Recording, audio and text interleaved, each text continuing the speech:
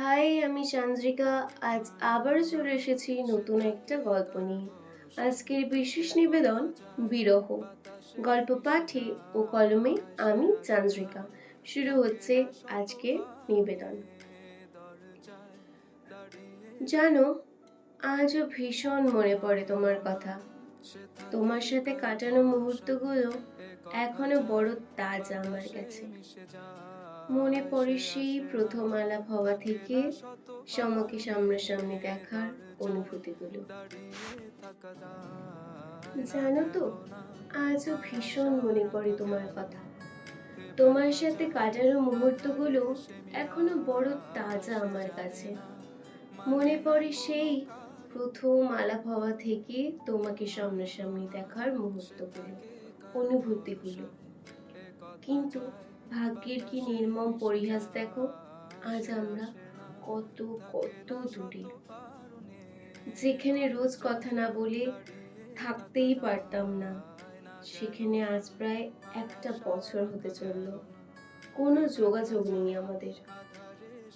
জানো, তোমার সাথে কাটানো ভালো মুহূর্তগুলো আজও আমার বড় প্রিয়।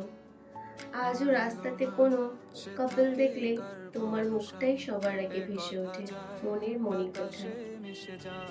কখনো বা চেনা পারফিউমের তীব্র গন্ধে তোমার কথা মনে পড়ে।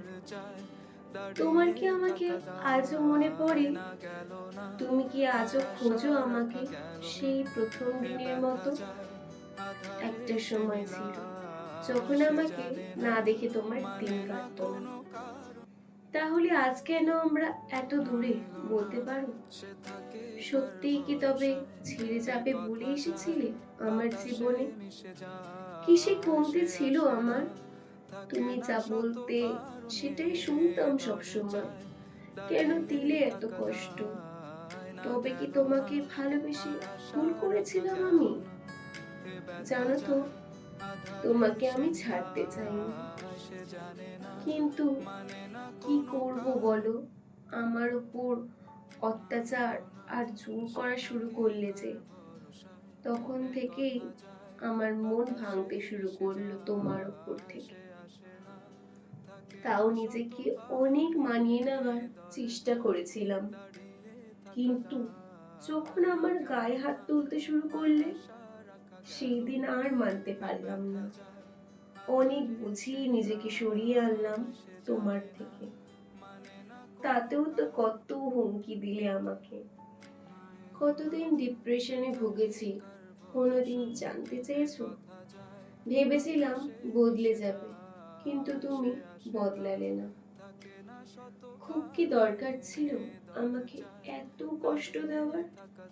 কেন করলে এমন? কেন? জানো, কাউকে এখন আর বিশ্বাস করতে পারি না। খুব ভয় হয় যে।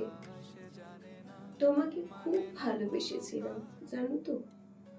আজও প্রতি মুহূর্তে তোমার কথা মনে পড়ে।